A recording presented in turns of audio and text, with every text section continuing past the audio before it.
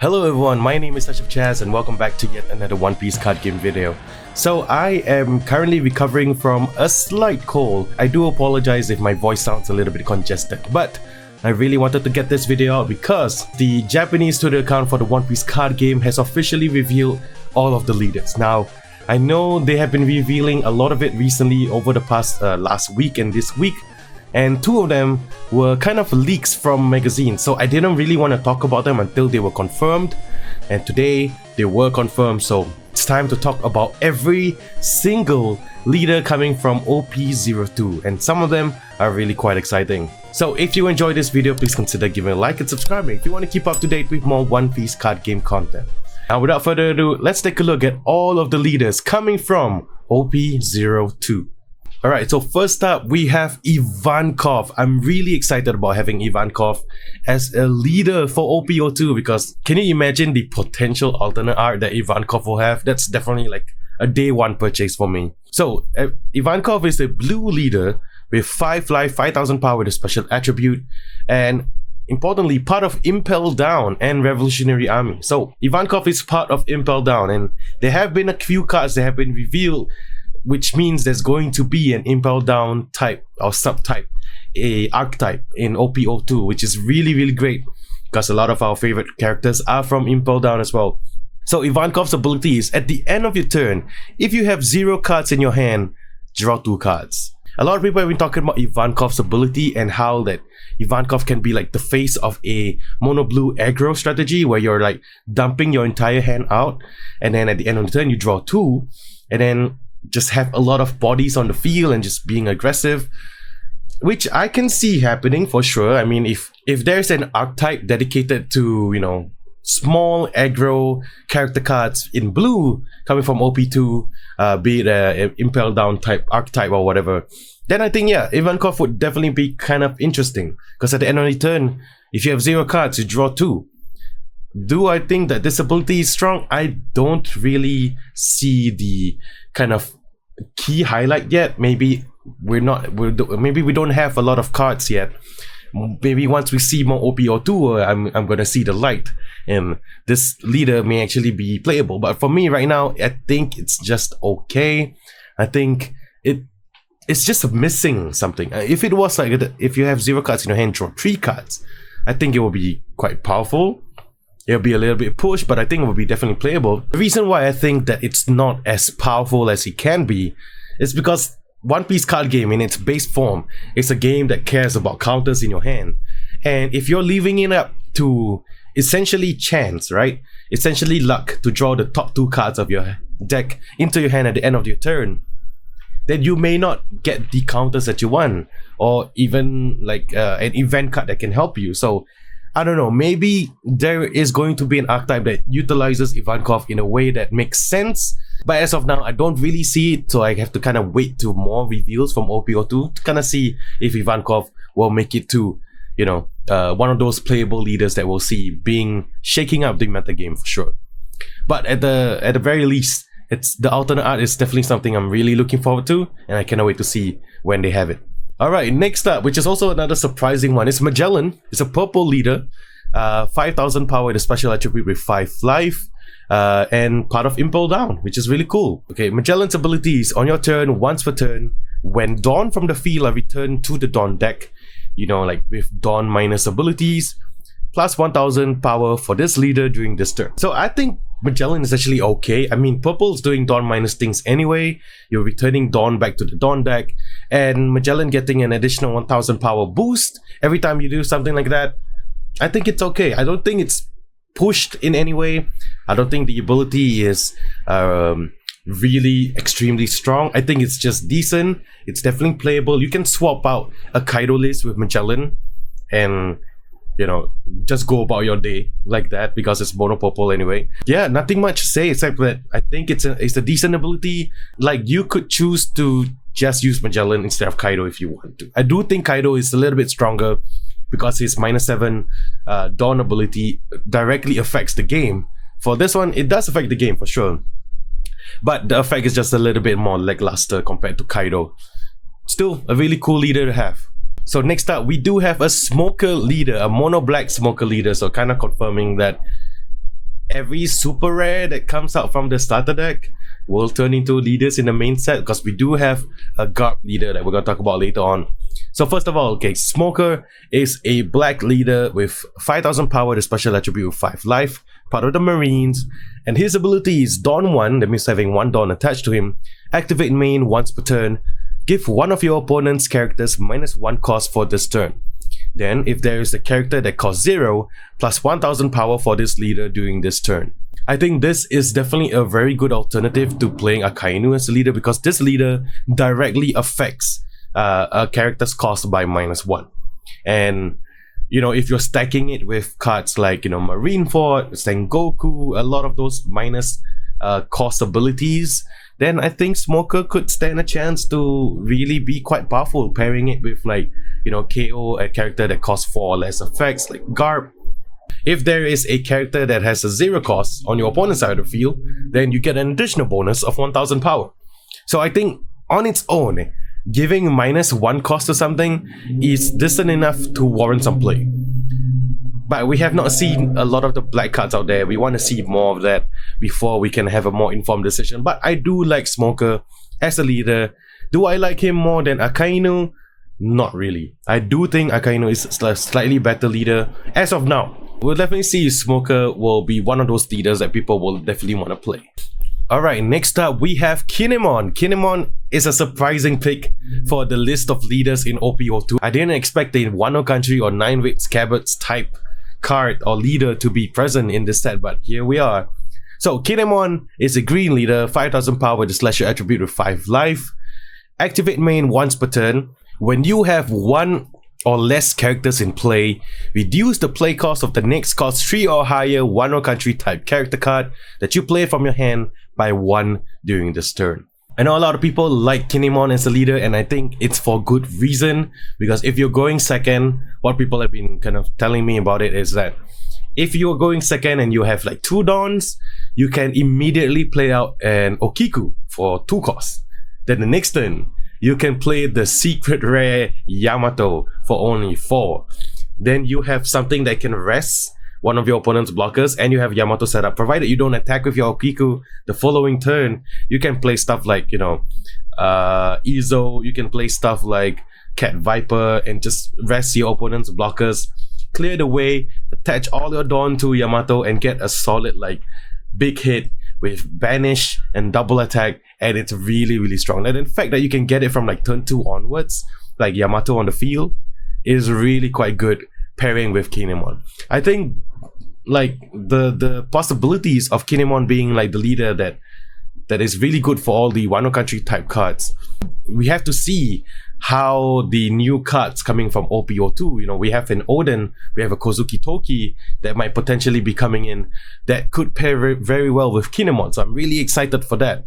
Like, I really wanted Oden to be a good leader. I think the effect is just like okay enough to not be as good as, like, for example, like Eustace Kid. But with Kinemon, you can actually really play a dedicated Wano Country archetype, because it affects the cost of the cards themselves. So I think Kinemon is definitely really, really quite cool, and I'm excited to see the list involving Kinemon for sure. Alright, next up we have my favorite leader. My favorite leader from all of the reveals, because of how cool it is. It is none other than Edward Newgate himself, Mr. Whitebeard. And you know he has to make it flashy. He is the strongest man in the world. The power that it's like the strongest power in the world. So you really have to give it that.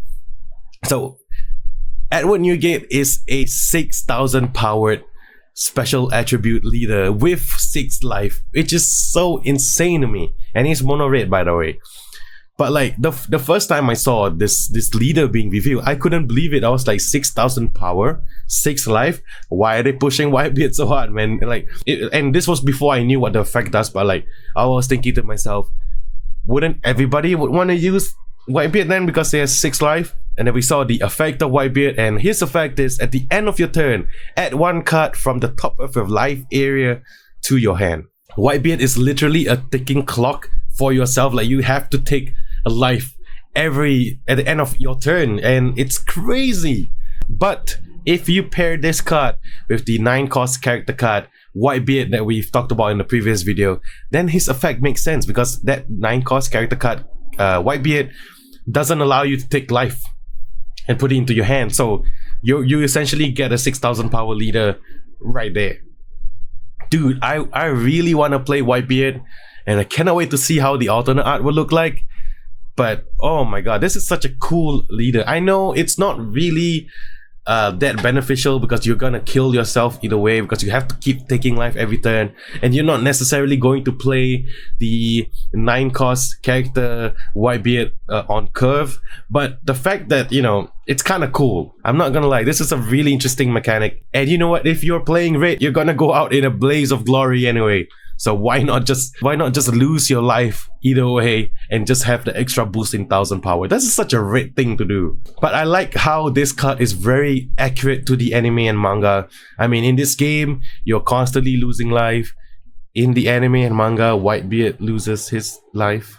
I'm really excited to see like the deck list that people come up with Whitebeard. I just want to see how it looks like. Of course, you're adding the 9-cost Whitebeard, but you could even play like a rush strategy, you know, pairing it with like an additional boost in power for your leader. I think that's quite cool. So we'll see. And it gives you cards in your hand, so you are refilling your hand, and you can just like go fast, and then just like rush or die trying. This is the deck that I'm gonna try out for sure. Alright, next up we have a very interesting leader in the form of Z. It's a black purple leader. Now I know a lot of people wanted a black and purple leader because it affects costs and it KOs stuff, so it kind of makes sense for it to go together. I'm surprised that it went to Z, which is not really a Marineford type character, but it's just film. So, you know, we can expect this to be a thing maybe moving forward. Like they can inject film characters into future sets just like that. So that's something to consider in the future. So Z's ability is kind of cool. It's a black purple leader with 5,000 power with a striker attribute, 4 life, as we do with multicolored leaders. And he's part of the film and Neo Navy, so Karina definitely can be used. And his ability is when attacking, don -4, KO up to one of your opponent's characters that cost 3 or less, then give this leader plus 1000 power during this turn. This is a very, very strong leader, and I would say besides Garp and Kinemon, I think Z stands the best as like my pick of an S tier kind of leader, or at least an A, because it's such a useful effect. Okay, sure, don -4 is quite substantial, but you can KO one of your opponent's characters. You can affect your opponent's characters' costs with you know, your plenty of black cards in there, and then you can give your leader an additional boost as well. So he does a lot of things, but he does a lot of things really, really well. So I'm really excited about Z. I cannot wait to see the list that comes out with this guy at the helm. I think definitely one of the decks that people are going to be using for sure in the OP-02 meta game. There's no doubt about that. Alright, now we're going to talk about our last 2 leaders that were just revealed officially on the Twitter page. First of all, I want to talk about Garp. Now, Garp, definitely one of my favorite leaders from this set. Red and black, which is such a cool color to have. So Garp is a red and black leader with 5,000 power, the striker attribute with 4 life, part of the Marines, and his ability is, on your turn, when you attach Dawn to this character, reduce the cost of one of your opponent's cost 7 or lower characters during this turn by 1. It does not say once per turn. It does not say once per turn whenever you attach Dawn to this character. No, so it's every single time you attach Dawn to this leader or one of your characters, you reduce the cost of something by 1. Granted, the caveat, which I really don't like, that it affects opponents cost 7 or lower characters, which means once again Eustace Kid is not affected by this, sadly. Oh my god, if Eustace Kid, why would you want to put this stipulation? Like, why put this stipulation? This would have been perfect, you know, to deal with like Eustace Kid for sure.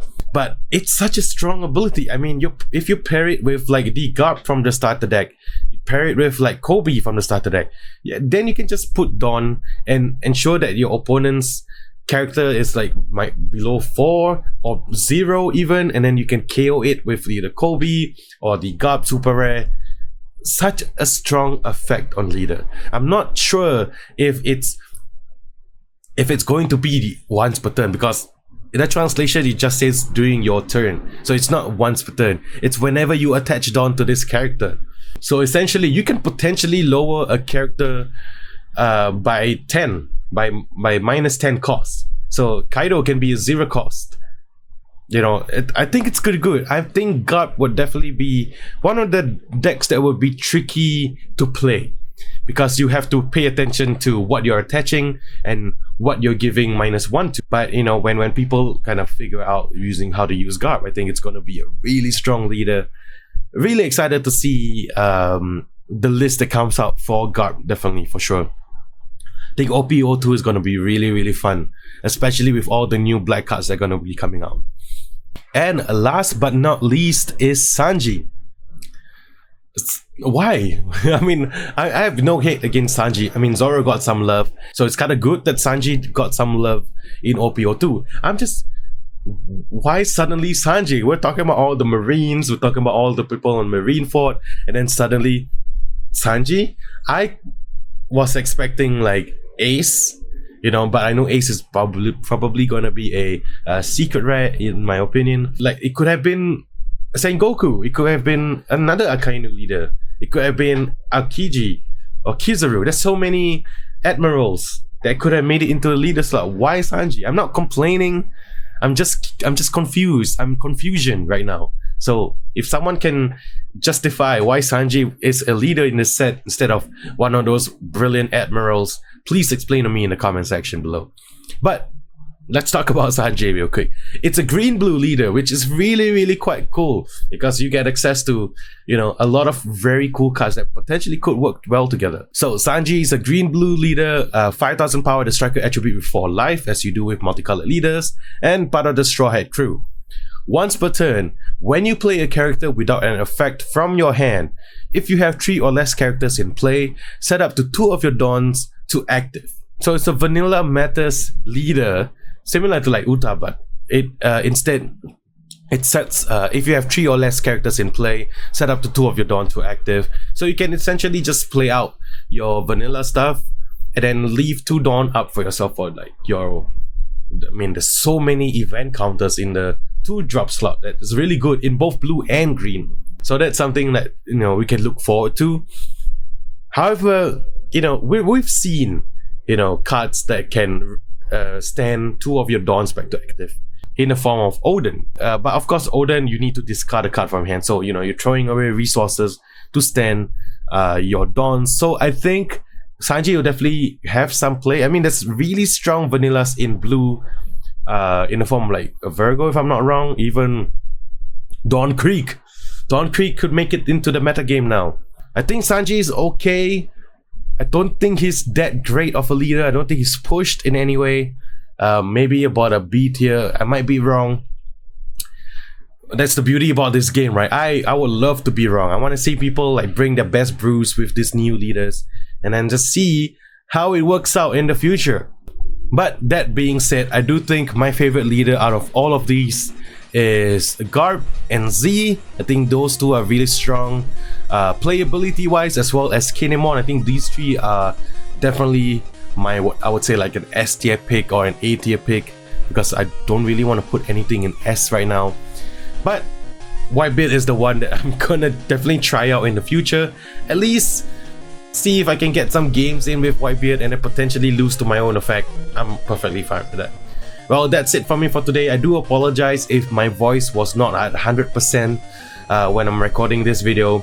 I just want to really talk about the leaders and try and get this information out for every single one of you. And right now we do have some leaks from OP-02, or we do have some reveals from OP-02, and I'm probably gonna give it some time until they have a lot of them before I make another update video about it. But don't worry, I do have some stuff I want to talk about in the future, so I'll see you guys soon about that. Anyway, thank you guys so much for watching this video. If you guys have not seen my ST06 opening, you can click the link up there or in the description below. And I'll see you guys in the next one. Have a wonderful week ahead, and I'll see you guys soon. Peace.